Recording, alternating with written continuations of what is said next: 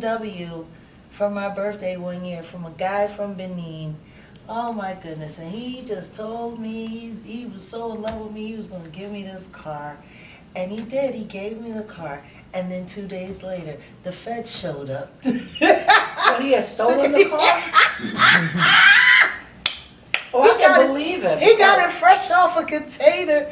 Oh, yeah, because some of those containers, they actually fall off the ship. Mm-hmm. There's some chicken had happened like that. And it was really bad chicken, and they had taken it out of the container and started using it, and it was bad. Because I was trying to tell my husband, because, you know, he was trying to buy cars off of the internet or YouTube or something. Well, I tried to tell him, I said, look, if you're going to do that, take him to the motor vehicle and buy the car there, because then you'll find out if the VIN, and then do a Carfax, you know, and see if somebody has wrecked the car or what. You know, I try to educate him, but sometimes it's just, there's no helping people. If You it's know what too I'm good to talking be true, about? it's usually because it's too good to be true. Well, they don't want to deal in the truth. You got to realize that some people do not want to deal in the truth.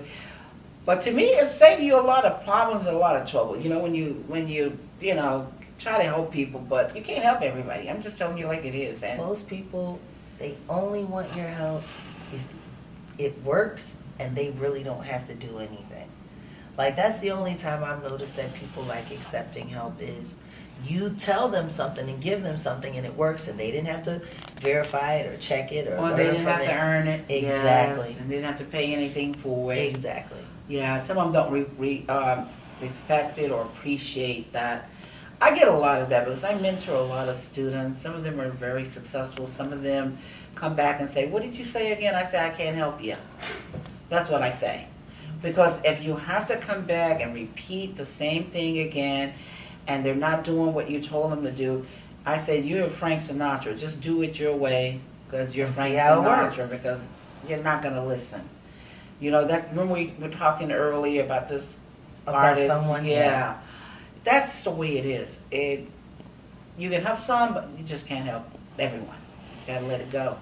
It's, I don't know, like for me, when I look at you, it gives me courage and it gives me strength, because my greatest fear is that I'm so in reality that I'm not going to be able to have anyone around me at all, because nobody's operating that way.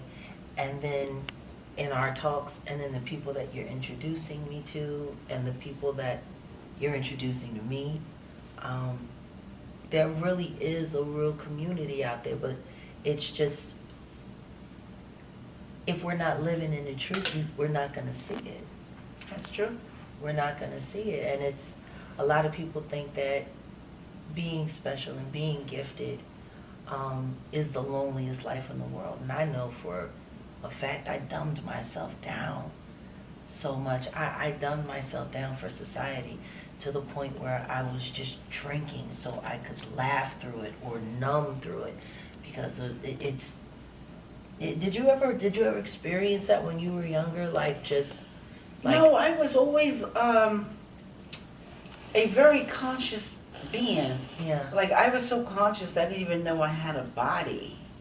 That a physical body even existed. My grandmother told me, an incident, and I had asked her what she had fed me, and she said, it's impossible for you to know that because you were just a little infant on the bed. But I didn't realize that I was fully conscious, fully knowledgeable about things. And I guess since I've always been fully conscious, people around me and what's going on never bothered me.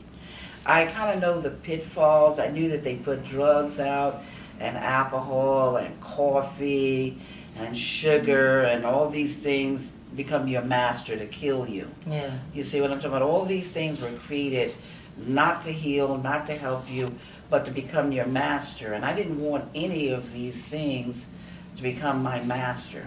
You know what I'm talking about? Because they were traps for people. Yeah. You know what I mean? And I learned early on to avoid any and all of that stuff. You see, because I kind of knew what was going on with these people. You know, like God, I read the Bible, and like God kind of guided me on a lot of stuff about people. Like, when you read the Bible, it's all there. Whatever's been done before will be done again and again. I tell people the Bible, in my opinion, is the best psychology book in the world. It really is. And guess what? They don't know how to read it. No. Now let me tell you some secrets about the Bible that most people don't know. The Bible is divided into time travel. When you read the Old Testament, you're reading the past. When you read the New Testament, that's the present. And when you read Revelations, that is what one will become, the future. Mm-hmm. And if you would interpret it as time travel, you could really understand it and utilize it. And if you realize the Bible was a roadmap, people, what they do is they jumble all of it together. When they jumble it together, they call it a lie because they are confused.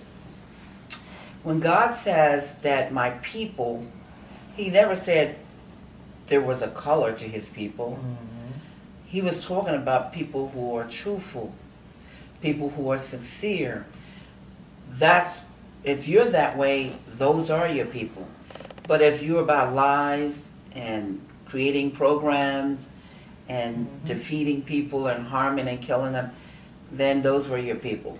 Because you would know them by their work or their action. Yeah. You see what I'm talking about? So I try to tell people, don't call people your people because of a skin, because that's biological. But look at the act, the deed. Are they killing people? Are they lying? Are they harming themselves? Are they harming others? What are they doing? Because action speaks louder than words. So if you look at the act of somebody, then you know what they're doing. But words means nothing. When I look and listen to people, I'm an attorney. I got a degree in law. I do contractual law, criminal RICO law, tax laws. I was doing H&R Block before H&R Block was even heard of. It's the truth. I was a little kid getting paid to do grown people's taxes.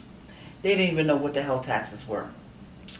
I do corporation law, contractual law, federal procedure law. That means that you can get around in a federal court. Most lawyers cannot get around in that. Now I have the gift in law, and I know these laws very, very well.